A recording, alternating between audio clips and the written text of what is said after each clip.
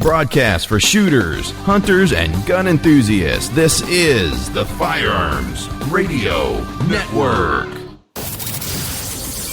The bandwidth for this edition of Gun Guy Radio is supplied by LA Police Gear, lapolicegear.com. Welcome to episode 122 of Gun Guy Radio. This is the podcast that shines a positive light on the firearms lifestyle. I'm your host, JW Ramp, and this is your weekly dose of positive firearms talk without the politics. Got a couple announcements here. We are looking for guns and gear reviewers, bloggers, and editors over on the Firearms Insider. They've got reviews that they're just pumping out like crazy, and they could use some help. So head on over there, and we'll put a link in the show notes to show you how to get in touch with them. Also, please contribute to the show by shopping Amazon.com via our affiliate banners. You'll be able to see those showing up on our website at firearmsradio.tv. Now, I'm filling in today for Jake. I work over at the AR-15 podcast most regularly, and so Jake's taking a break. He gave me the helm, and he asked me to go over long-range shooting. This is something that I've just kind of gotten into a little more seriously lately, and I have a special guest with us this evening. We've got Chris from Blackheart Consulting. Hey, Chris, how's it going? How you doing, J-Dub? How you doing? Nice to see you again. Yeah, have you been to the range recently? I have not. I have been a little busy with work and putting some things together, but eventually get back out there. Okay, well, I'm over in Pittsburgh on the west side of Pennsylvania. Where are you calling in from? I'm actually on the other side of the state. I'm right outside of Philadelphia, so we're kind of bonded that way. But I am an Eagles fan, and I know you are not an Eagles fan. We'll just agree to disagree for this evening. Absolutely. Well, I met Chris while I was attending a sniper class that he put on. His company is called Blackheart Consulting, like I said, and it was kind of right in the middle of us. It was right in the middle of the state. Drove a couple hours from Pittsburgh to just a beautiful range, and Chris put on quite a show. We had, I want to say, 8 or 9 students. Mm-hmm. Yep. And the range was out to about 1,100 yards, so it was quite a piece of property that we got to play on. We really got lucky finding that range. The experience was something that I've been looking for literally for the past 11 years, and really got lucky at how things worked out. You guys came down, met me halfway pretty much, and we had a really good time, really good weekend. There was some teaching assistants from one of the guys at T of 2 as well, also named Chris, and so I know that we're looking to kind of continue that collaboration here. Absolutely. Couldn't ask for 2 better guys to come down and help us out. Extremely knowledgeable, taught me a lot of stuff myself, and look forward to our future relations.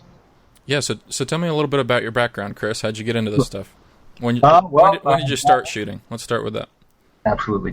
Back in 1999, prior to the global war on terrorism, I had this crazy idea to join the Marine Corps. So joined 99, got out of boot camp right around December of 99, and after my initial training as an infantryman, I got lucky enough to go directly into a stay platoon, pretty much a sniper platoon.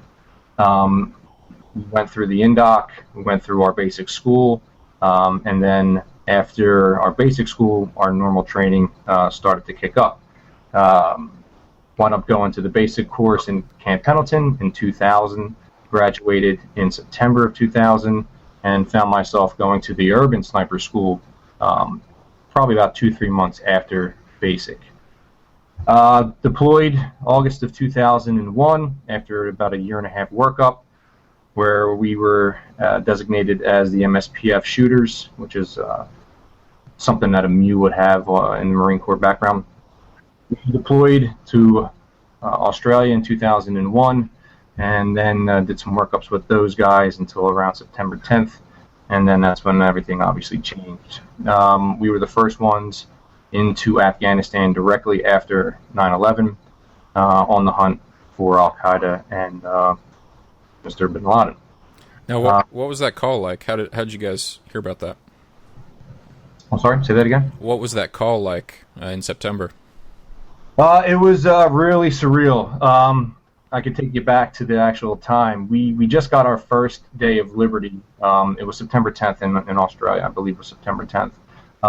We got done training with the Australian, I guess they were the SAS. All of us, the whole platoon, we wound up going into a bar down on their main street in Darwin, Australia. Around 1 o'clock in the morning, Australian time, we wound up watching the second plane hit the World Trade Center. Immediately after, it was literally 2 seconds after, the DJ winds up he cuts off the music and gets on the loudspeaker and says, "All United States servicemen, please report outside. There's already buses waiting to take you back to your ship." We knew immediately at that point that obviously our deployment has changed, but we did not know the impact of what was really going on in the world until we got back to ship and got briefed. And at that point on, that's when, you're going on almost 13 years now. The world's changed. It took us about a month. It was about a month to get actually into Afghanistan. We had to set up some things that I'm still kind of weary, and nobody knows if we're even allowed to talk about it, but we had to set up pretty much a different base in a different country in case one of our air campaigns, they dropped. We had to go in as far as a search and rescue team, but wound up going into Afghanistan. It was the day after Thanksgiving, 2001 is when we boots on the ground, first ones in there. First conventional troops, I should say, first conventional troops. I got lucky enough. I was I was in a team. We wound up deploying with 16 school-trained snipers, and I think to this day that still has not happened. A whole platoon has floated and worked up with 16 fully trained school 8541s at the time. Now they're both 317s, but 8541s we deployed, and our team we got lucky enough to get pushed up north towards Kandahar to meet up with General Karzai at the time and escort him into Kandahar. My team, with my team leader, we are actually credited with the first kill on the war on terrorism as a sniper kill, and that you can read about in the book Hunters, U.S. Snipers on the War on Terrorism. Just wow. Shameless plug there. But yeah, that's it. That's how I got into it. So after we deployed, I got back in March of 2002. I was sent to the Advanced Sniper School down in Quantico, Virginia, around July. Learned some really good shooting, ballistics. Worked with some FBI snipers, some of their ballistic teams, and that's it. That's my background. Now, how long were you with the Marines then? I did 4 years. I did 4 years, but I was with the sniper platoon the whole entire, 3.5 years if you take out boot camp and initial training. But I was with the sniper platoon all 3.5 years. And since then, you've moved into the civilian world, and now you're building this training company. Yeah, I got out in 2003, September of 2003. Really put down the weapons. I put down everything. I did not even purchase a weapon for a while. I just got away from it for a little bit. Decided, 11 years later that I think it's about time to really get back into it. I really wanted to start this company as a way that I can, reach out to my platoon members, try to get us back on the range together. I mean, that's everybody's happy place. If you're listening to this podcast, I'm sure that's your happy place too. So try to get us all back on the range one day and get some instructing back under our belt. Awesome. Tell me about the name. You had mentioned that to me before. Yeah, sure. Blackheart Consulting is the name, and you can check us out at blackheartconsulting.org. But the history of Blackheart stems back to the 1-1 platoon, my 1st Battalion, 1st Marines, our stay platoon. And a stay means surveillance and target acquisition. That's a sniper platoon. If you ever look around and read something about a stay platoon, that's what a sniper platoon is.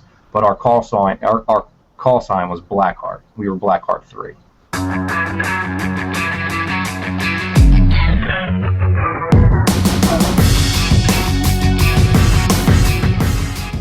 So what we have coming up for you guys, Chris has kind of extracted a lot of the content from his Intro to Sniping class, and he's put together really a a nice resource here that's going to be in the show notes. We're going to go through the history of sniping. We're going to really dig into the fundamentals of marksmanship. These are the things that you can apply to long gun shooting, to carbine shooting, even out on the pistol range. And then kind of we're going to wrap it up at the end with just a little bit of gear talk. I mean, I know I love to talk gear, so hopefully that doesn't go too long. But we'll kind of talk about what's worked for us, some recommendations for new shooters just getting into it, and then we'll wrap it up with some talks about how to bring this subject into practice by training and by just kind of putting time behind the gun. So let's dig into it here. Chris, tell me about why we call snipers what we call them. Sure.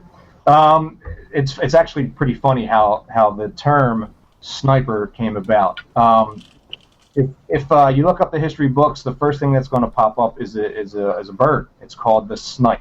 And where the word sniper originated from was back in the 1770s, British soldiers, if they were skilled enough, they were able to pretty much stalk up upon this bird, and if they were able to engage and successfully kill that bird, they would be called a sniper. And believe it or not, that's how it stuck.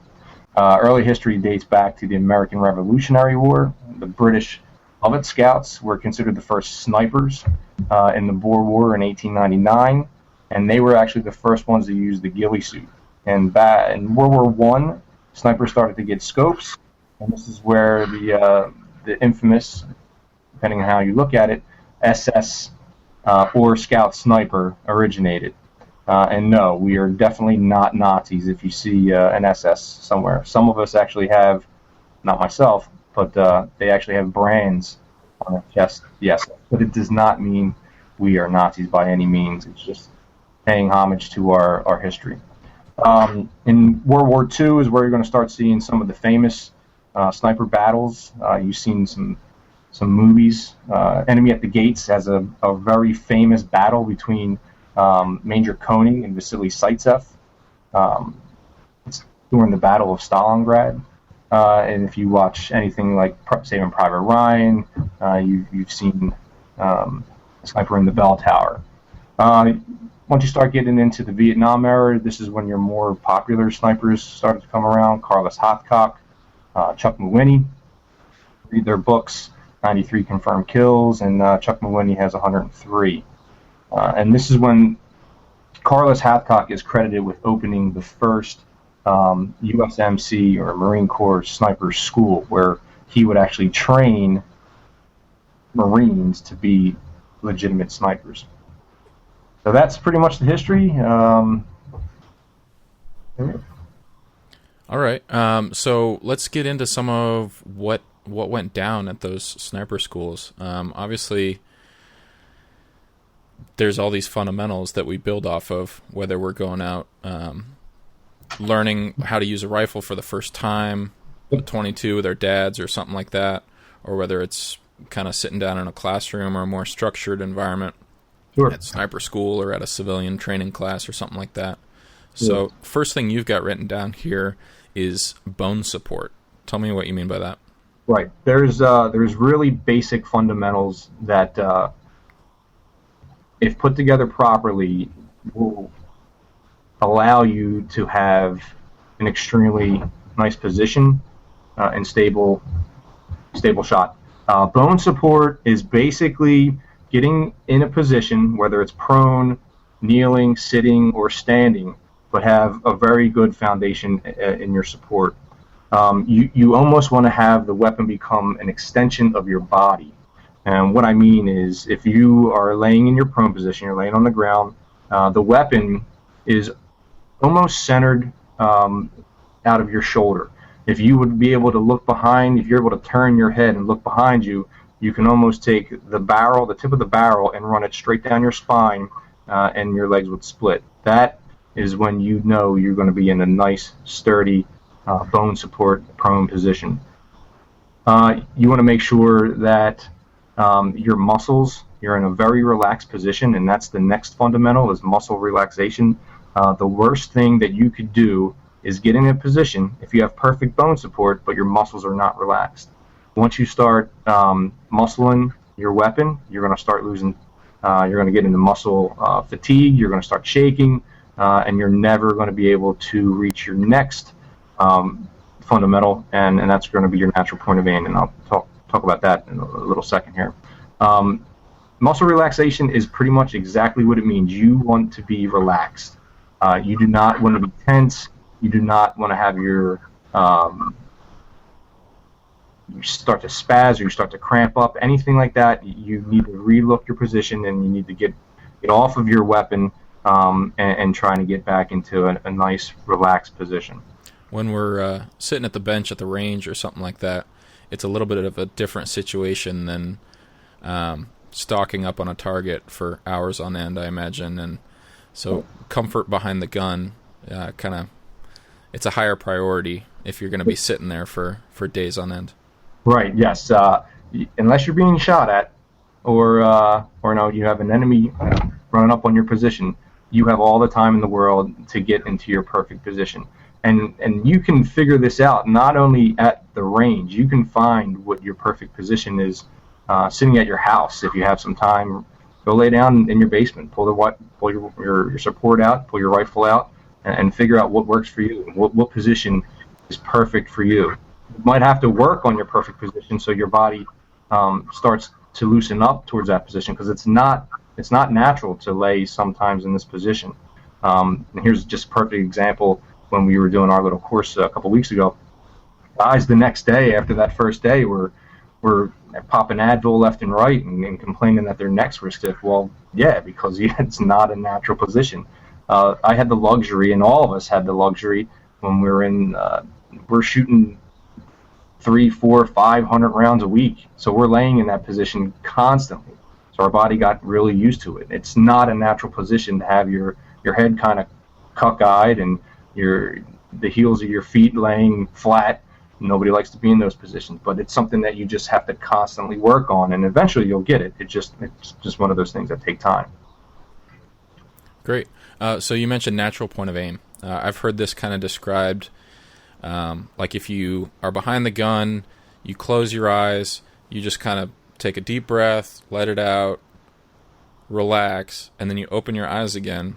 The gun should basically still be on target. That's I mean, you can't really describe it any better. The only thing that you can attribute to natural point of aim is when you have perfect bone support and you are relaxed and you have that perfect muscle relaxation, your natural point of aim is basically the weapon laying on your support, and you are not disturbing it. You're in the position where you're so stable that weapon will not move. Now, that's going to help out for multiple engagements. When you pull that trigger, and if you do it correctly, once your weapon recoils and comes back down, you're going to be in that general vicinity of that target, again, for multiple engagement. That's why natural point of aim is so key. Not that there's going to be multiple engagements or you're going to be able to take out 6 or 7 deer if they're all lined up in a row. But if you constantly work on the basics and the fundamentals, you will be able to pull your groups in a lot tighter. Yeah, it's something I noticed when we were out on that long range. We really have our scopes dialed right up. So we're looking through just a real narrow fraction of the scene. Right. And if your gun's hopping all over the place, you're going to have to find that target again. And that takes time. It's something as an instructor you can see immediately if the student is not in a perfect position, because all you have to do is watch for them to pull their trigger, the round go down range, and then you see them moving the gun all over the place. That's when you know that, hey, let's talk about your natural point of aim. Let's talk about are you in a perfect bone support, or are you really tense on that rifle, or how's your support? There's things that all go into it, but you can tell when the natural point of aim is not achieved. Great. Okay, well, you got a good position behind the gun. You're feeling good. Got your target where it needs to be. When it comes time to pull the trigger, what goes into that trigger pull? Trigger control, in my opinion, and a lot of people's opinion, is going to be the most important fundamental to be accurate and to be on target. Trigger control at a 7-yard target is a lot more important than, I'm sorry, when you're shooting at 1,000 yards, your trigger control, if you jerk your trigger even the slightest, you could be off by 6-7 feet at a 1,000-yard target. At a 7-yard target, it's a lot different. You still need trigger control, but more importantly, if you're starting to shoot long range, you're starting to get out to 5 and the 600-yard line, trigger control is going to be essential. There's a lot of ways that you can practice this to make sure that you have a perfect trigger control. A lot of people dry fire. They go down in their basement. There's different ways that you could do this. It's not recommended that you just keep racking your bolt and pulling your trigger, and you can use a spent piece of brass. There's all different types, but the most important thing that I was taught when you're trying to achieve perfect trigger control is you want a slow, steady, continuous pull to the rear. It's think of a golfer. When you're up, if you golf, hopefully you golf and you'll understand it. Or if you play baseball, you want to follow through. It's the same kind of fundamentals with pulling the trigger. You don't want to just pull your trigger back, let the round go off, and then you're immediately pulling your trigger off or your finger off of the trigger. You want follow through. So you want to pull it steady all the way back. You almost want the weapon to even surprise you. You shoot enough rounds through your weapon, you're going to understand when that round's about to go. But you want to try to be surprised every single time that you pull that trigger. That way you ensure that your trigger control is as perfect as you possibly can get it. It's always continuous. Sometimes guys like myself, you come up with a little ditty that you want to constantly be going over in your mind. I always use the slow, steady pull to the rear. And somewhere in there around the pull to the is when the round would actually go down range, but I still have to remember to the rear. Pull it all the way back. So that's trigger control. It could be your best friend, or it could be your worst enemy, and hopefully you do master the trigger control. Okay. Now, when you're pulling the trigger, you got to pick a time to do it. That can either be obviously determined by your target, if something's going on, if you only got a short time to pull off the shot. But if you've got more time and you really want to make the shot count, where in the breathing sequence do you like to pull off that shot? There is a very key fundamental, and that's called breath control. And it's not holding your breath, from what a lot of people might say. Breath control is very important because it's the time that you control where that reticle is going to be when you pull that trigger. This is the time when you breathe in, you breathe out, and at that point, that's your natural respiratory pause. There's no oxygen in your lungs. Your body is not doing anything. You're not breathing in, you're not breathing out.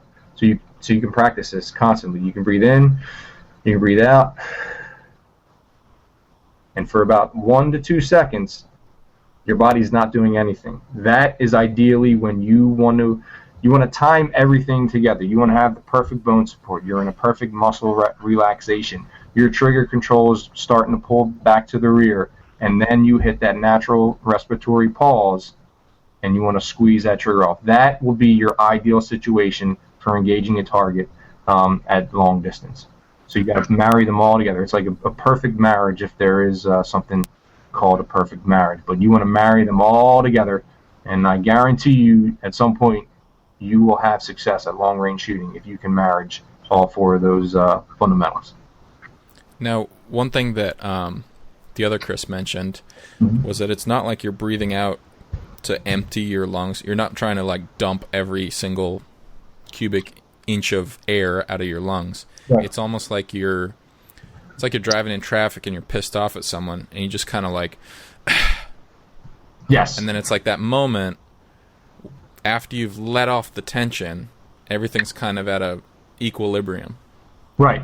The reason why you want to have that, you want to shoot it in that pause, is because that's probably where you built your position. That's where your reticle is then laying on your target at that point. So it's like a consistency from shot to shot.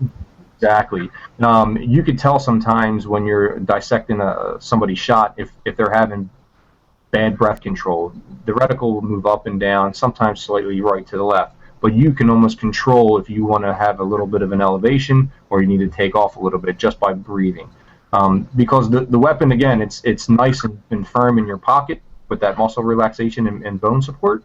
So you're breathing and the rifle is moving very slightly, but it is moving. So if you constantly are at that natural respiratory pause and that's where you have lined up your shot, that's, again, like you said, it is consistent. You want to have consistency. And long-range shooting, the more consistent you are with everything, the more accurate you will be. You will pull your groups in as long as you are consistently doing the exact same thing.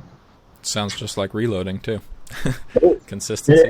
And you take these fundamentals and you can move them on to pistol shooting, to AR, to shotgun. The fundamentals in shooting run the gambit. But more, you'll notice a big improvement in your long range shooting if you can master them in this situation. Okay. I guess we've kind of got a little transition topic here. You wrote down supports. Now this is something we definitely spent some time with at the beginning of the class, as far as building our pig egg, I guess, and. Yeah, it'll kind of transition us right into the gear topic. So tell me a little bit about supports. Supports, there's a very large selection is what it comes down to. In our course, we started from the basics, and that's what I wanted to focus on the most. I wanted to focus on the worst case scenario, because if you're a good shot with the worst case scenario, you can only improve by getting the latest and greatest gear. I think we've kind of seen the low end and then the high end of equipment that's available. I mean, we used 99-cent sandbags with some really rocky earth, and we put them together and we had a support. Yeah, it's not like we had some precision sand that was trucked in. Somebody brought a shovel and we dug up the parking lot. Exactly. So this is how I was taught. 13 years ago. You start with bad ammo. You start with bad positions. You almost start with bad weapons if you have them. If you have access to bad weapons, because if you can learn your fundamentals, once you have your fundamentals down and you start to get the better gear, you start to get the better equipment, the better rounds, the better supports. That's only going to make you a better shot. If you start with the best gear and you don't have your fundamentals down, where can you go? There's nowhere that you can go at that point. So we started with sandbags. We started with sand socks. That probably cost us maybe 6 to 7 cents a piece to build, and we were using sandbags as our front supports, and sand socks in the rear. A sandbag, obviously, you can buy sandbags. You can buy the more tactical sandbags, if you want to call them that. They have. I think Wayne, a friend of mine, was in the course saying that he paid $75 for his sandbag when we would make them for $1. So there's all different types of sandbags. There is obviously one downside when you're using a sandbag as your front support. It's heavy.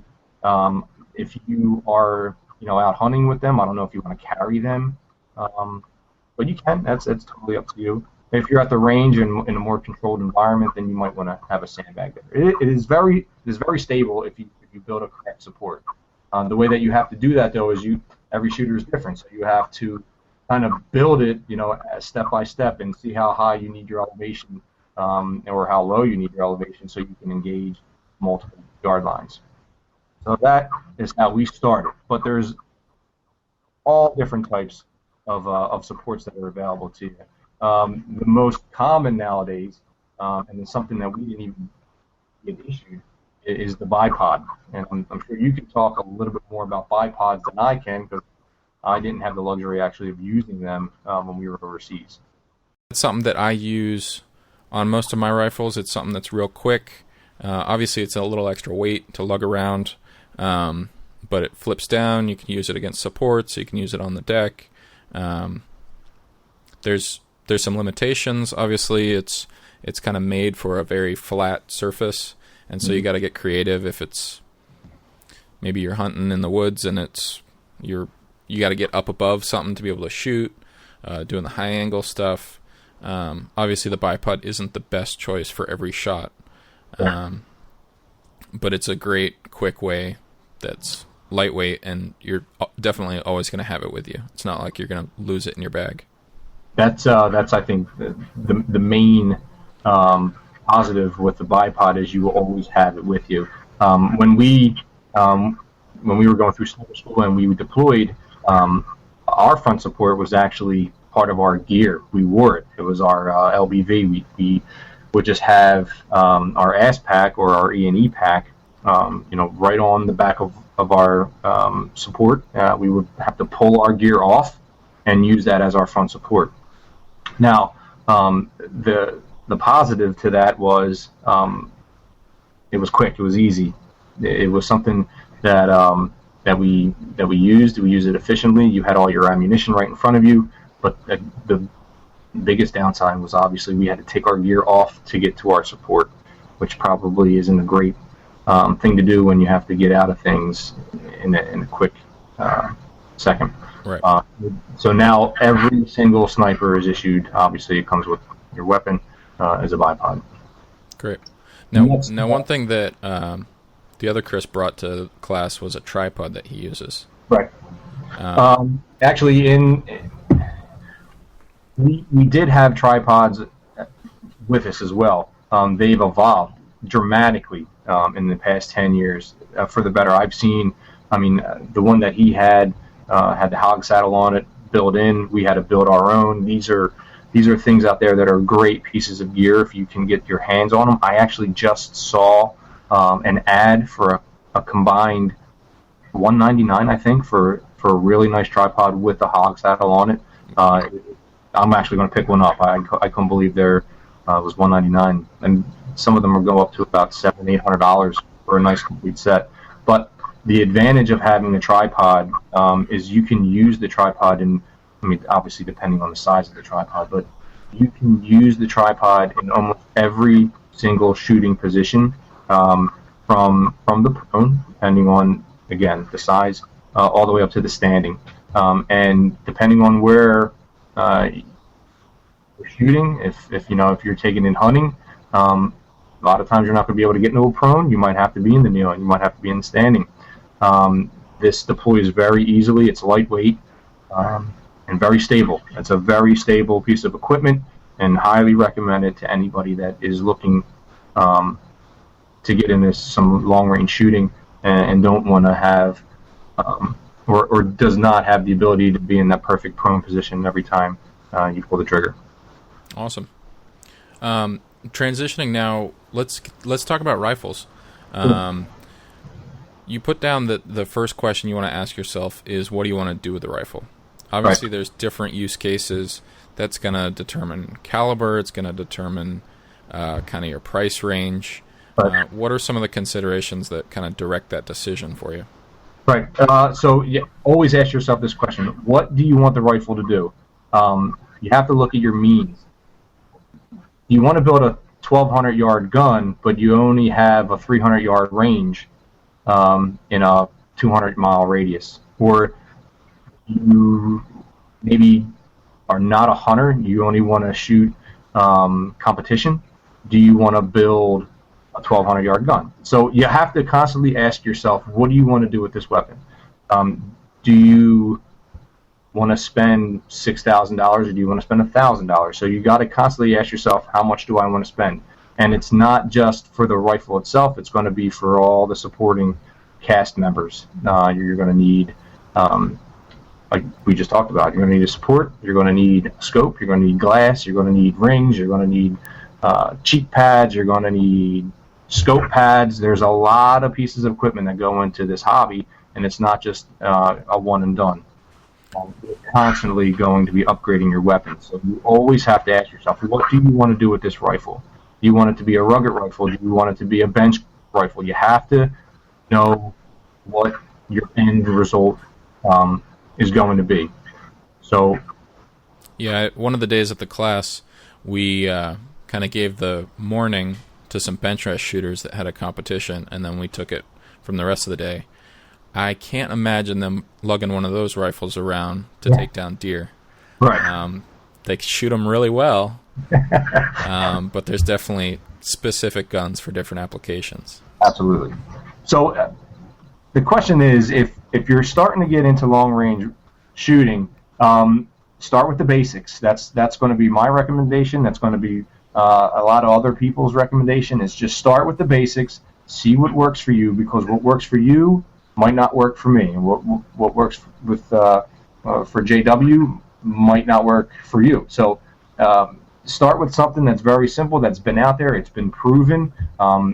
When I was in 1999, 2000-ish, we used a Remington 700 build that was used since Vietnam. My weapon was used in Vietnam, and now they're even still being made out of a 700 build. So you cannot go wrong with a Remington 700.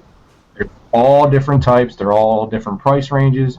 But a Remington 700 will definitely be your friend. Now, there's other brands out there that you can easily find a very nice priced weapon that's going to hold a nice minute of angle accuracy, and that's Savage. Savage is also another brand for the beginning shooter. Did you want to talk about anything? Yeah, I mean, I've had experience with both of those brands. My deer gun that I actually brought hunting last year was a Savage 10. It's in 308, and it was, I don't know, maybe $500 or $600. Right. Even saying that, it probably can shoot better than I can. If it was locked down in a bench, I imagine it'd do pretty well. The Remington build that I did, I kind of chose similar to like an AR. It's the most prevalent platform, and so there's a bunch of extra widgets that you can strap onto it. But yeah, I mean, hitting 1,100, between 1,000 and 1,100 yards a month or two ago, I don't think I was as confident about that going into it as I am leaving that experience. The weapon outperformed. I don't think we talked about this, but for the course, I supplied most of the weapons. They were brand new out of the box. Remington 700 SPS is short barreled. It's the tactical. We used a 308, and I did not use any crazy ammo. I mean, it was really just plinking ammo. It wasn't anything special. And I had actually one student hit at 1,000 yards with it. The weapon outperformed my expectations tenfold. So there are weapons that you can buy, and I think I paid maybe for the whole setup around $800-900 for that whole setup for the That's glass. for a gun and a scope. Gun, scope, ring, yeah, everything. You can't really complain about that. And again, at that point, now we can just really start to tweak that weapon and really start to hammer it down and get into the sub MOA, the minute of angle. I don't even touch about MOA or anything yet. Yeah, I mean, it's just to go over it for those of you that kind of hear that subject and or hear that term but haven't really, you don't know what they're talking about. A minute of angle is just a measurement. And so when we call a gun a minute gun or a sub-minute gun, kind of in layman's terms, that means that when you fire a bunch of rounds, say you fire 5 rounds, every single one of those, if you're doing your job, is going to be within an inch spread. If it's a sub half minute, then it's less than a half an inch, and that's a pretty impressive gun. When you're getting sub half inch, you're talking maybe some custom builds, maybe some more expensive rifles, and a really experienced shooter that's able to squeeze that out of the gun. Might even be hand loads that are made specifically for that gun. Getting down below a half or a quarter of an inch at 100 yards, it's really kind of the tip of the spear for the long range, what we're measuring. So yeah, I mean that goes back to your first question of what do you want to do with it. You could spend a bunch of money and have a gun that can do really well on paper. You got 100 yards. You want to stretch it out, start messing with wind, get crazy with caliber, things like that. Obviously, sky's the limit. What are some of those features that distinguish a rifle that you're going to use for long range versus something that you're kind of going to look past at the gun shop? Sure. One of the first things that you want to kind of look at is you want to look at your caliber. Again, you're going to go back to, what do I want this weapon to do? I will always recommend a 308. Not saying that you can. I have experience. I've shot now, and I'm a believer at a 5.56 hitting at 1,000. Chris had a weapon that was built that was a 5.56 and hit at 1,000. But I would recommend a 308 build if you want to start to get into a little long range shooting, and then maybe work your way up to a lapua or something else. But 308 is going to be your friend. And again, you have more options out there for you. You have weapons like the Remington 700. You also want to start looking at your barrels. You want to make sure, or you want to try to make sure, that you can get a heavy barrel. And we can get into harmonics and heat and that kind of stuff, but I think that would be for ballistics class. But you want to try to stay away from a non-heavy barrel. Most of the Remington 700s, like the tactical or SPS or police or anything really out there, a lot of your precision weapons are going to have a heavy barrel. If you can afford to get a free-floating heavy barrel, that's another key. And again, that's going to come down to what you want the weapon to do and how much you want to spend. Anything that winds up touching the barrel, you're going to start losing some of your harmonics. It's going to loosen up your group a little bit. So a heavy free-floating barrel is something that you want to keep an eye out. Let's see. I guess to go back to the caliber discussion, those of us that kind of have entered the shooting world with the ARs and 223, I mean, we're used to things kind of being at maybe, well, the days were good when it was kind of around 20 to 30 cents, maybe up to 50 cents nowadays per round. Yeah. 308, it really isn't that big of a jump. I mean, it's a hugely larger caliber, bigger case, bunch more powder, but I mean, we're talking maybe 60 to 80 cents for the stuff that you could train with. And so stepping up to that caliber, I was a little intimidated at first when I got into it. I was like, oh man, how much am I going to actually start spending on ammo here? But it's really not quite as intimidating. I mean, you look at the ammo boxes at the gun store, the hunting stuff that everybody's got, it's obviously a different level. And you're paying for the different projectiles and the higher performance out of those rounds.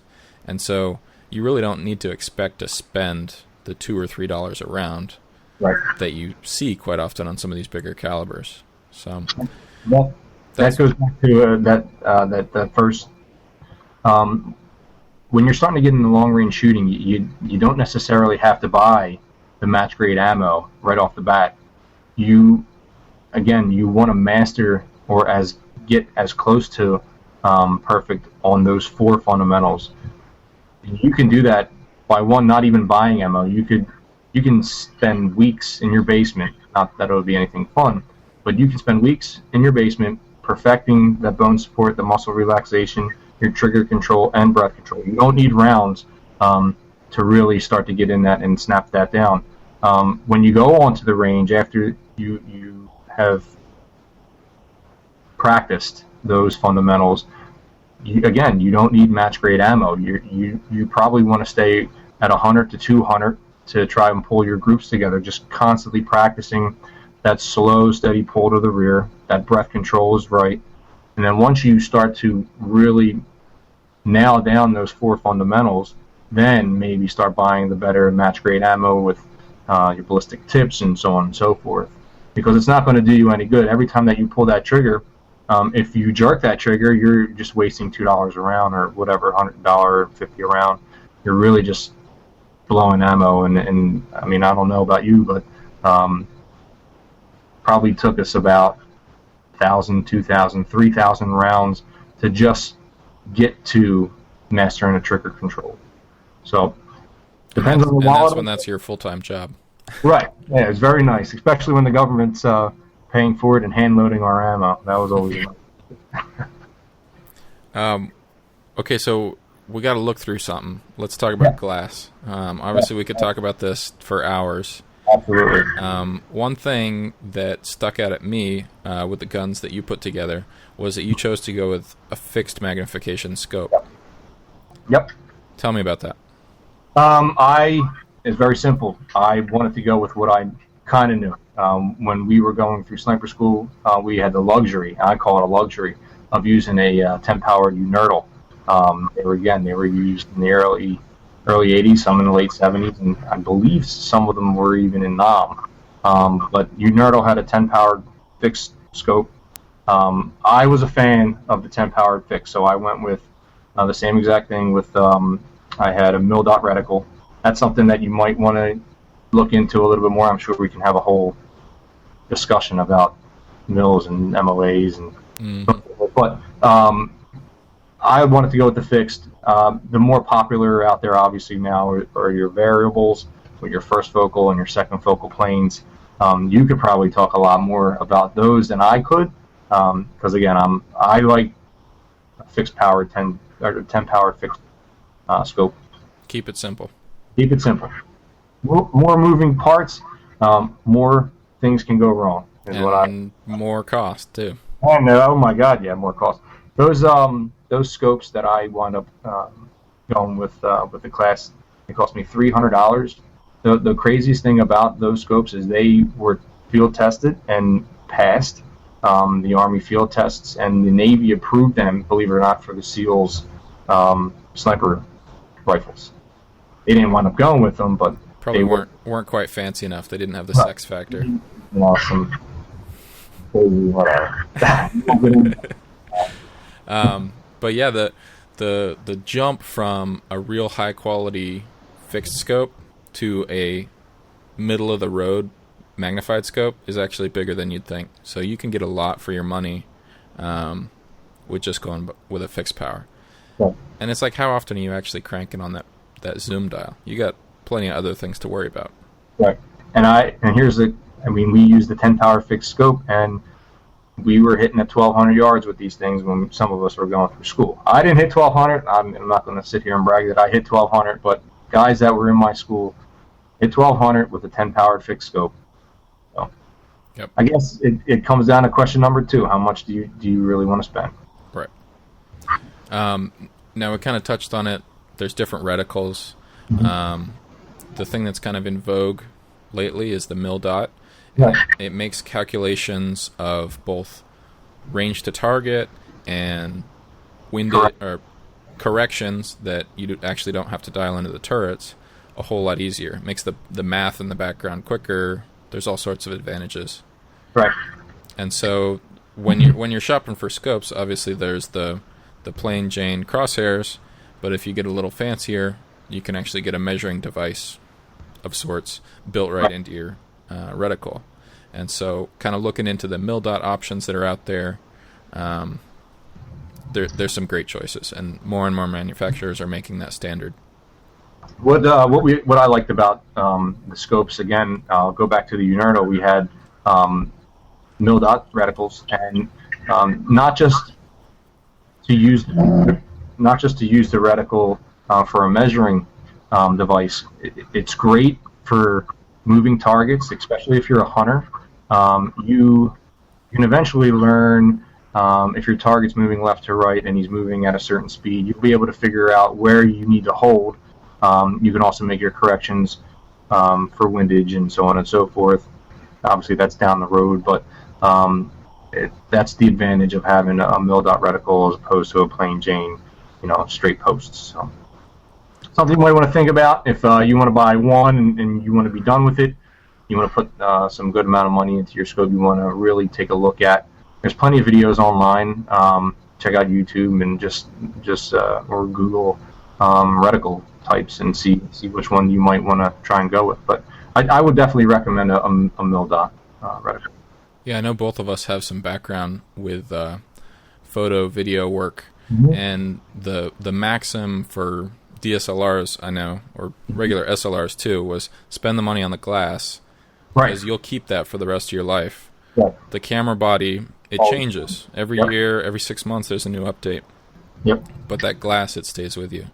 And so if you're really looking to make a nice investment in your precision rifle, the glass is something that you could save some money and put towards. Absolutely, yeah. If you again, but if you're just getting into it, you got to learn what works for you and what you like. So it's one of those double-edged swords. You might not know what works for you 7, 8, 10 years down the road to make that investment, but just try and do your homework and see who's using what. Yeah, the cool thing about the shooting industry is that everyone really is friendly about sharing knowledge. Absolutely. Saying, hey, get behind my gun, fire off a couple rounds, don't worry about it. See if you like Take it. a look, see what you think. So, absolutely. One word of caution that I would throw out there is magnification power is not, it's not like bigger is better. Absolutely. Having a 40 power scope, I mean, what are you going to do with that? You're looking through such a narrow hole. I mean, the image you're going to get is bad, and it's also, I mean, here in Pennsylvania, you got to be able to count how many antlers are on the deer. So maybe a nice set of binoculars would come in handy. That's another thing we didn't talk about, spotting scope. Spotting scopes, range finders, all that. But beyond, 10, 15, maybe 20 power, yeah, I'd kind of stay away from that real maximum zoom range because there's a lot of compromises that are happening. So. Absolutely, and it all goes back to that number one question: what do you want to do with the? Right. If you're shooting the same piece of paper every time, yeah, you might want that. Yeah. If you need a larger field of view because you're engaging multiple targets or you're doing different shoots where you got to transition from 100 yards up to 1,000, if you're so narrowed in that tunnel vision, you're never going to be able to find that target. Struggling all over the place, so you might want a nice field of view. That's why I love a 10 power fixed, because you do have that nice field of view. Okay. Now, we kind of sprinkled this throughout the conversation, talking about dry firing and practicing your shooting position. Let's get into putting these things into practice. So dry fire, it's huge. You always hear people talking about dry fire. Right. And this is going right back to boot camp in the Marine Corps. Before you even step foot on the range, for a week straight, it's called snap-in, you will sit in front of a big white barrel, and they have little circles or squares, I can't remember, and you will just sit there literally 8 hours and just dry fire your weapon. You're going to be in your position, you're going to get your positions down, and you're just going to pull that trigger back. This is where you learn your trigger control. There's a few techniques that you can use. I tend to get a piece of spent brass, I load it, I rack my bolt, and I sit in my position.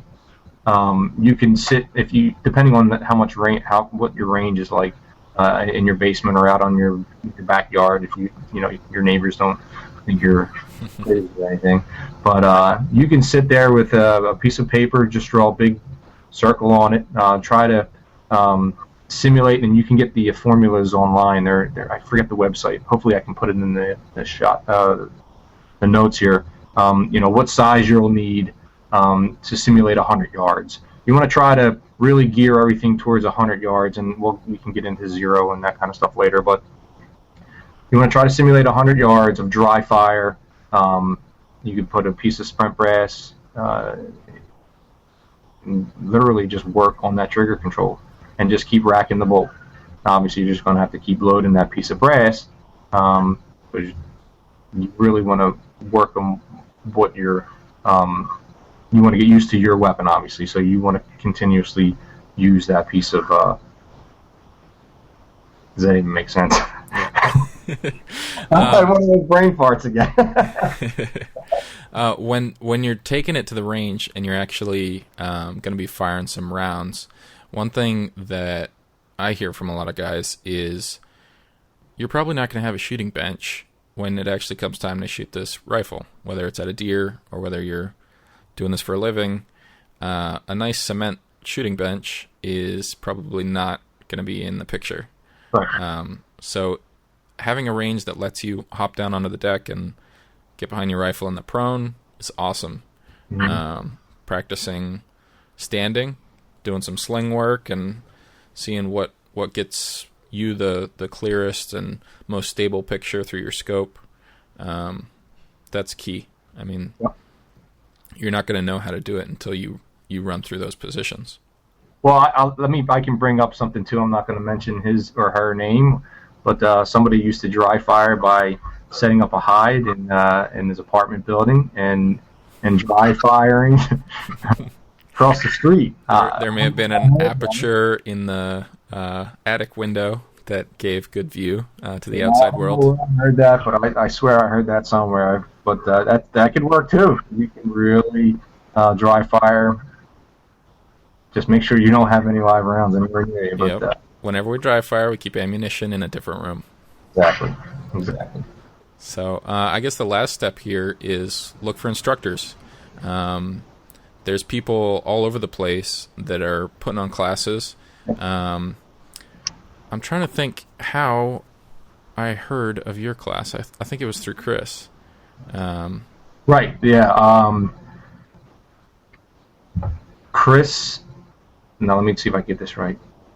Chris's ATL was in the same platoon with a guy that was in my platoon, and he was going to help me. His name's Zeb. He was going to help me. Something came up last minute. He talked to his friend that was Chris's ATL. Literally in like a 4-day time frame, and then, I mean, that's how it came together. It's kind of network. Right. You can find instructors all over the place. You can go to your local gun club. You can Google. I mean, Google works great. There's a lot of good trainers out there, but again, there's a lot of bad trainers with no background. It's kind of hit or miss. There's a whole industry of stolen. They call them stolen valors, but there's a whole industry of people claiming to be who they're not. You know, they might have the knowledge, they might not. So it's one of those things. You just got to do your homework. Got to do your homework on your instructors. Most legit people will answer any question that you have. The best place for you to start is just go to your local gun club or check if you're a member of the NRA. There's plenty of instructors. There's plenty of classes, especially in long range precision. If you're in Southeast Pennsylvania, check out blackheartconsulting.org. Oh, imagine that.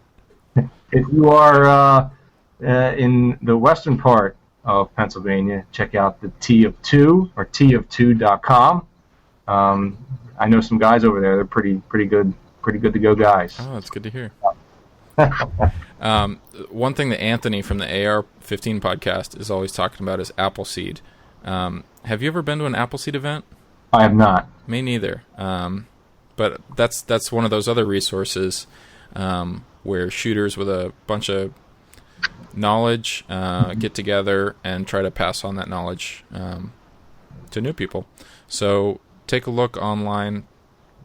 Even if you just look for, say, ranges over 300 yards around my city, those ranges are going to know who's been using their range, absolutely, who's been running classes, and I mean that's the toughest thing to find is to find these long ranges where we can actually put these skills into use. That's the exact problem that I had, and that's why it took us so long to get this up and running. Yeah, they're few and far between, and when you find one that works for you and that provides such a... What was the name of the range where we were at? It was Mifflin County Sportsman Association. Right. They really treated us well. Oh, they were great. They were great. Once you find something like that, I mean, hold on to it, really build those contacts, and take care of the range. Absolutely. They'll take care of you. They did. Just don't tell everybody because, I kind of want to keep that. Yeah. No, that was a great range. I would definitely recommend it. If you're anywhere in Pennsylvania, it literally is almost in the middle of the state. So, you'll probably never be more than 3-4 hours away from it. Right. And it's real close to State College. Yeah, very close to State College. Yep. All right, Chris. Well, that was a great conversation. Look at that. It was a great time. I'm sure there's some things that everyone can take from that. I know the listenership of Gun Guy Radio is all over the place. We got pistol shooters. We got world-class competitors. There's guys that are just getting into the shooting sports. And so, yeah, this is a great opportunity to kind of close in on the long-range shooting subject. If there's any questions that people have that come up, get a hold of us at gunguyradio.com. There's contact methods there. If you're looking to train with Chris, you can visit his website at blackheartconsulting.org. And just thanks so much, Chris, for putting together this resource. We're going to be putting all the written content up on the website. And you have any final words here about your experience shooting or training people? No, just have fun with it. It's something that once you get into it, it's very addicting. So beware, but have a lot of fun. Be very safe, though. Have fun and be safe. That's my words of wisdom there. Awesome. All right, let's talk about some of our sponsors that brought this episode to you. First off, LA Police Gear. Now, LA Police Gear, someone just told me they're running a sale right now through Memorial Day that everything is 10% off. I don't know if it's just this weekend or not, because by the time I get this show up, you might have missed it. So I'm sorry. But I know that they do offer free shipping on all orders over $89. So that's great. I know shipping can really tack onto the order. They got a 365-day return policy. And one of the items that I found that kind of relates to this topic is the Cross-Tack Tactical Rear Squeeze Bag. And this is an item that you can use in, I think, 3 different directions to give you a different amount of rise on the rear of your rifle. And it's something that's maybe a little more refined than the sock full of sand that some of us end up putting together last minute. I actually saw you guys use that up at the course and was very, very impressed with that. It's attached to your rifle. You never lose it. That's where a sand sock you can. Yep. Yeah, that was a great piece of gear. So yeah, LA Police Gear has things like that in stock, and the link is going to be in the show notes. Our next sponsor is Duluth Trading. I have a particular affinity for these guys. I'm repping their product right now, but I'm not going to show it to you because it is the men's Buck Naked Performance Boxer Briefs. These suckers are fantastic, and they offer also free shipping on orders $50 and up. I got sucked into Duluth because I saw their commercials on TV, and they were hilarious, and so I just had to take a look, and I have been nothing but completely satisfied with their products. So take a look at Duluth. Are you starting to feel older and kind of sluggish? Would you like to drop a few pounds? Great news! The Firearms Radio Network has a show that's making fitness a lot more fun than you might think. Join Carol Salva on the Fat to Fit HQ podcast for your weekly dose of motivation. Tune in to the Fat to Fit HQ podcast to be inspired. Subscribe today. Also sponsoring this episode is Ryan Cross from Hunter of Design. You can visit him at hunterofdesign.com and also listen to some of his shows here on the network. He does great work, whether you're a company looking for a new logo or an individual looking for some marketing materials for yourself. I've got some experience with him doing some work for one of my companies, and it's just been a fantastic experience. And yeah, we couldn't thank Ryan enough for the work he does. Now to wrap up, please share your thoughts by leaving a comment at the bottom of these show notes or YouTube video if you're watching on YouTube for this week's episode. We'd love to hear your feedback, whether it's experience about long-range shooting, some of the things that you've learned over the years, gear that you might have tried, maybe you didn't like it, maybe you found something better that worked for you. We'd love to hear back from you. While you're listening on iTunes, please subscribe so you can get this on a regular basis. If you go to gunguyradio.com/iTunes, you can see all of the episodes going back, I guess, 122 episodes. So you can go through the archive and see what sort of topics we've covered in the past, because there's a lot of knowledge that's stacked up over the months that we've been working on this. Remember to join the NRA, support the work that they're doing on our behalf, and also join the Second Amendment Foundation. Remember not to forget shopping at Brownells by using our affiliate link. If you're looking for anything gun-related, it'd really help us if you did it through our affiliate link at gunguyradio.com/satisfaction. On another note, over at the AR-15 podcast, we're working on a build. Brownells gave us a whole bunch of parts to put together a rifle, and we're giving it away at the end of the summer. So take a look at that at the AR-15 podcast. Remember, you can also contribute to this show by shopping Amazon.com through any of our banners on the website. And don't forget to check out all the other shows here on the Firearms Radio Network by subscribing and listening completely free at firearmsradio.tv/iTunes. All right, thanks, guys. It was a great show. I look forward to being on here again in the future with Jake and with the rest of the guys here at the network. Thanks again, Chris, for putting together such an awesome show, and have a good one. You too, man. Take it easy. All right. This has been a production of the Firearms Radio Network. You can find more information at firearmsradio.tv.